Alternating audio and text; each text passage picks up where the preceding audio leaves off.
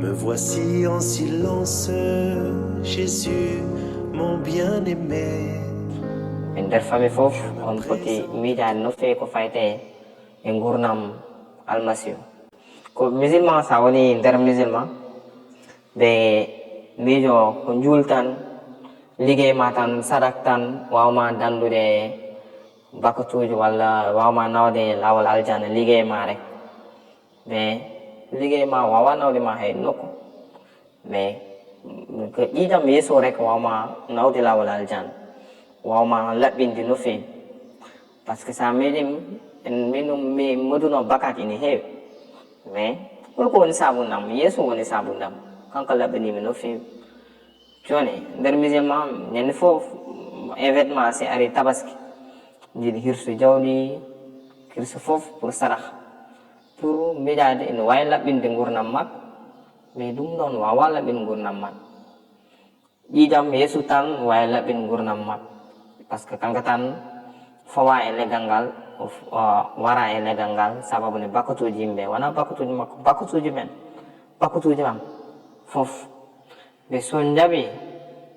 chaque année onon kirsi jawɗi fof wawa laɓɓin gurdam mon ƴiƴam yeeso rek wawi laɓɓin gurdam mon kadi wawmon dandude bakatuji sohlani hanti yimɓe ne kirsi jawɗi walla goɗɗum par ce que kabaru moƴƴo ari e nder mon ha nder mon te on jii walla on nani on poti jabde kabaru moƴƴo woni yeeso kanko tan maaye peguirgal joni en cohlani hanti yilade jawdi pour hirsude pour saɗah en cohlani yilade dammahaji pour hirsude pour saɗah par ce que Allah rokki men saɗah wono ɓimo ko goto bajjo woni yeeso almasihu son jaaɓi on gonginimo on mbawi heeb gurdam ha abadan on mbawi dañde jaam e cellal e ɓamtare e deƴere e gurdam mon won gurdam jaam e deƴere no fewi mais saaha saaha nder musulman yimɓe sa puɗɗima haalde ko fayte kabaru moƴƴo ɓe jiɗma tampinde jiɗma wiide kalata ko an ɗum a anda yimɓe jiɗma homtude ɓe Allah funtani hay goto te on nani hay goto kadi potani funto hoore makko te on jii lawol Allah lawol lumiére e lawol ñiɓɓere wawa nandude Allah ko lumiére te Allah ko joom lawol gongo te sen ndewe e lawol Allah en jiiɗi yettade gonga en jiiɗi yettade to lumiére sen ndewani to lawol lumiére on jiiɗi yaade lawol ñiɓɓere tampere caɗele ɓe son ciftori comme ko fayte e adama e hawa nden on jii nde Allah adi ɗumen e aduna ɓe tampi no fewi ɓe joni comme enen rek sen miiji kabaru moƴƴo ari e men en jiiɗa jabde enen musulman en jiiɗa heɗade en jiiɗa ƴewde tampere arete men caɗele are men mette are men saabu kabaru o yettima e nder men ha e men en poti miijade uddide ɓerde men ganden saaha mo ɗaminɗen Allah addi e sere men en jii weltare nde Allah waɗani men e nder gurdam men fof noon yo Allah rokku men jabde e gonɗinde kadi yo taw ko Allah yeeso almasihu suuɓi men comme no suɓori kam ni yo suɓir noon fof te yeeso suuɓima fof sa jaaɓi a gonɗinima o bakat ma wawi yafede ha laaɓa ɓe saaha yimɓe sa woni musulman jiɗma tampinde jiɗma dañ caɗele wawma tampinde no fewi par ce que ɓe mbiyata an onon ngala diine walla ko diine mon wona diine ɓe vrai diine ko on par ce que sa miijima hol wayi kam wayande leggal palengal neɗɗo wawa ɗum hay ine heewi annabaɓe hay goto wawa ɗum Allah tan wawi ɗum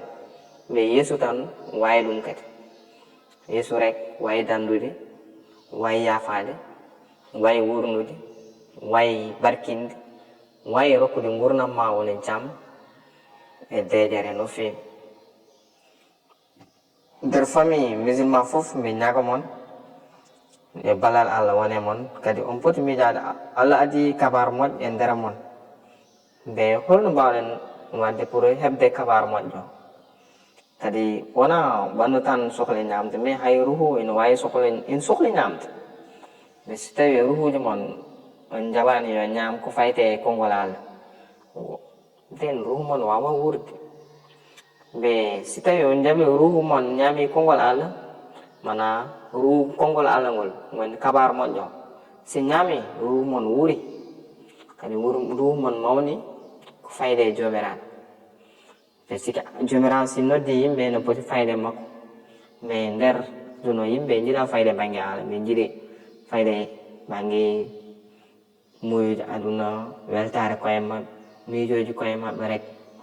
mais on gandi saaha ma ari ha paare par ce que yeeso tak mayanno pour yafade yimɓe so on jaɓani on gondinani on beddete e jaygol hanti comme no histoire no he rek nde nuhel wino Allah wi ɗum fewnolanga fewni tamal uddima gasi hanti ilam rufi comme noon so jaɓani ko fayte kabaru moƴ gurdam men boni ɓe minon ɓe yetta Allah no fewi nde Allah rokki kam kabaru moƴƴo e nder gurdamam kadi ɓe yiiɗi ñande foof yo Allah waɗam protégé yo Allah ren gurdamam no fewi ren gurdam nder famille am foof sono ko sagam famille am foof jaɓi ko fayte kabaru moƴƴo mais jaɓgol walla calgol e jungo Allah woni e dokke Allah woni mais ñande foof poti miijade no fewi par ce que ɗum ɗo tan yoni kabaru moƴƴo ɗo ɗum tan yoni par ce que hol mbawɗo mayde dow peŋirgal pour dandude yimɓe bakkade par ce que on jii musulman chaque tabaski hirsi jawdi mais lawol gotol sa jaɓi a gongini yeeso almasihu maayi dow peŋirgal sababu nde gurnam ma sohlani hanti hirsu jawdi an a yafam bakat ma laaɓi gasi kadi a heeɓi gurnam jam e deejere ay ton étoile, au Christ ressuscité.